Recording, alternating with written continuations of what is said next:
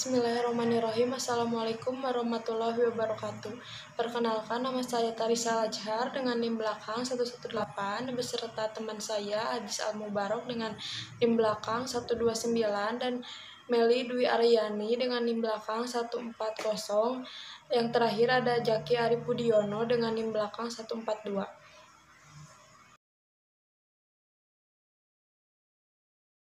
Di sini saya akan mempresentasikan tentang pelatihan K3, keamanan, keselamatan, dan kesehatan kerja.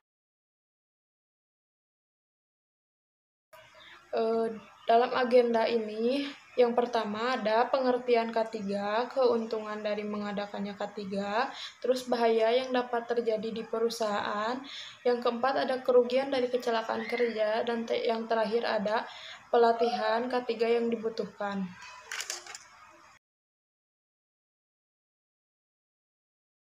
Lalu yang selanjutnya ada pengertian K3, keamanan, kesehatan, dan keselamatan kerja. Menurut filosofis, pengertiannya suatu pemikiran atau upaya untuk menjamin keutuhan dan kesempurnaan baik jasmani maupun rohani tenaga kerja pada khususnya dan masyarakat pada umumnya terhadap hasil karya dan budayanya menuju masyarakat adil dan makmur. Yang kedua, menurut ilmuwan, ilmu pengetahuan dan penerapannya dalam usaha mencegah kemungkinan terjadinya kecelakaan dan penyakit akibat kerja. Yang selanjutnya ada tujuan K3.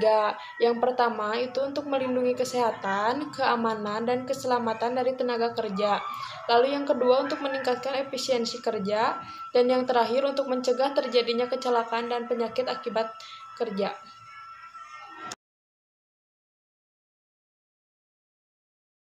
Assalamualaikum warahmatullahi wabarakatuh. Perkenalkan, nama saya Aziz Al-Mubarok, NIM belakang 129. Di slide ini saya akan menjelaskan bahaya yang dapat terjadi di perusahaan. 3% persentase penyebab kecelakaan kerja dikarenakan yaitu sebab yang tidak bisa dihindarkan. Contohnya yaitu seperti bencana alam.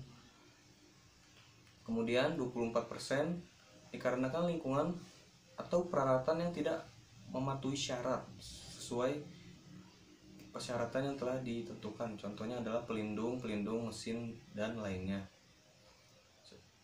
Selanjutnya 73% dikarenakan perilaku tidak aman, yaitu adalah contohnya karyawan yang tidak mengikuti, tidak mematuhi sesuai yang tertera di SOP.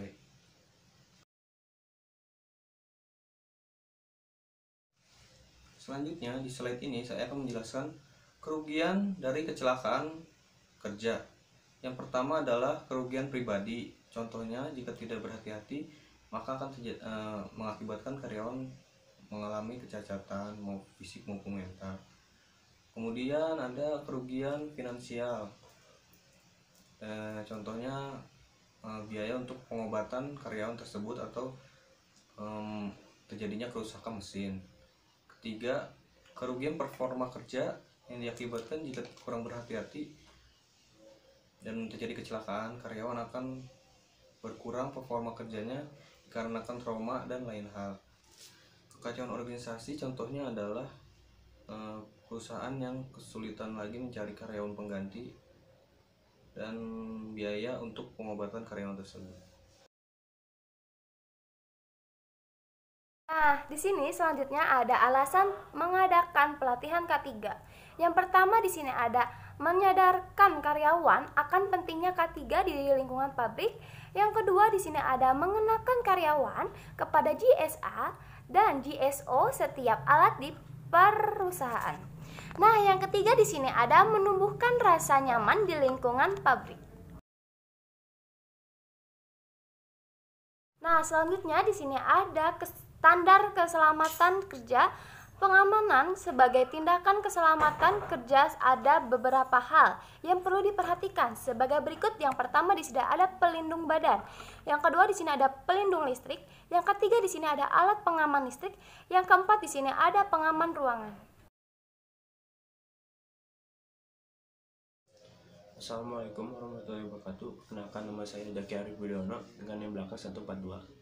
Saya di sini akan menjelaskan pelatihan K3 yang dibutuhkan. Yang pertama, pelatihan untuk karyawan baru.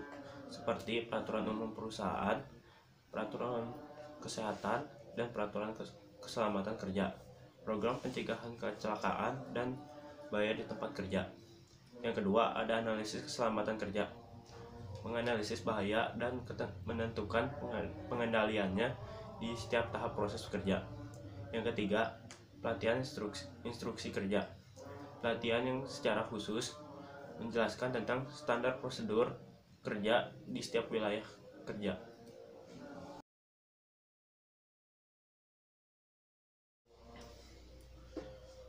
Yang berikutnya, saya akan menjelaskan sasaran dasar pada pelatihan keselamatan dan keamanan kerja. Yang pertama, para pekerja diharapkan akan memiliki pengetahuan dan kemampuan untuk memahami peraturan dan standar K3. Yang berikutnya ada para pekerja diharapkan memiliki pengetahuan yang lebih tentang prinsip dan konsep dasar dalam K3 secara menyeluruh. Para pekerja nantinya diharapkan mampu memiliki pengetahuan tentang sistem K3 dan fungsi dalam K3. Para pekerja diharapkan mampu memiliki pengetahuan dan mampu melakukan identifikasi bahaya di tempat kerja mereka berada. Para pekerja mampu memiliki pengetahuan tentang penyakit akibat kerja dan penyebab terjadinya kecelakaan kerja. Nah, para pekerja mampu mengembangkan sistem kontrol kerja dan manajemen pencegahan kecelakaan di area kerja. Dan yang terakhir, para pekerja mampu meletakkan fondasi K3 di perusahaan dan memberikan training yang tepat bagi pekerja lainnya.